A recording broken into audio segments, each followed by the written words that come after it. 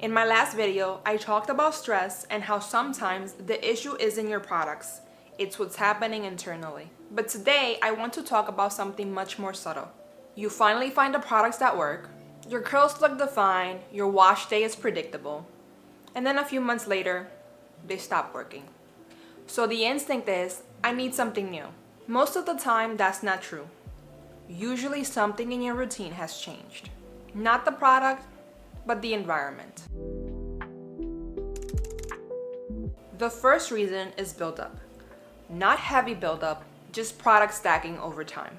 Stylers layered week after week, leave-in under gel, oils on top, conditioner residue. Individually, none of it feels extreme, but over time it coats the strand.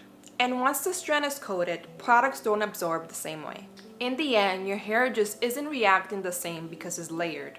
So you have to clear the barrier so your products can start working again. If you want the full breakdown on this, you can watch my hair reset video. The second reason is seasonal change. Humidity, dry indoor heat, sweat, sun exposure, and even wind. Your curls don't react the same way year-round. What held perfectly in the spring may feel heavy in the summer. What worked in humid air may feel dry in winter. And it doesn't mean the product stopped working, it's that the environment started demanding something different. This is why I talk about seasonal adjustments in my blog. Because curls don't exist in a vacuum. They respond to the weather constantly. And you don't always need new products. Sometimes you just need to use less product, change the order in which you apply your products, swap a heavy cream for something lighter, or add a little more moisture when the air is dry. This is also why I stopped buying jumbo sizes of everything. If a product only works well in one season, a regular size bottle makes more sense. And for things you don't use often like hairspray, a travel size is enough. If you're not sure what to adjust, I break this down by season and porosity in my Pinterest.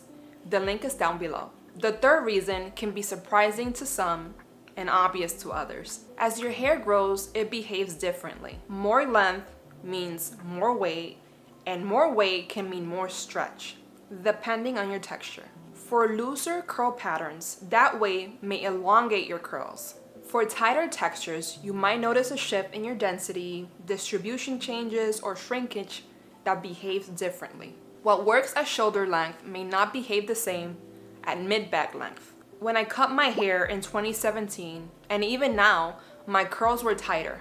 I struggled to figure out what products to use because everything felt too heavy. Then, as I grew out in 2018, the weight of the length stretched my curls even more. So longer hair may need more sectioning, different drying techniques, or products for slightly stronger hold. Hair growth changes the structure you're working with. And sometimes, instead of the products being the problem, you need to make adjustments based on your length. And then there's reason 4. Maybe nothing changed in your routine at all. It's your water. You moved cities, you changed apartments, or your local water treatment shifted seasonally. Water matters more than people think. Minerals in hard water can slowly coat the hair, making products feel ineffective. Chlorine from pools can rough up the cuticle, and salt water can dry the strand out. I talked about this in my color treated curls video. How after one vacation between pool water and the beach, my hair felt completely different. And I go deeper into hard water in another video. But the key point here is this. Sometimes your products didn't stop working. Your environment changed. So when your routine suddenly feels off, instead of panicking and buying new products, pause. Before replacing your entire routine, ask, what changed? The surface, the season, the length, the water?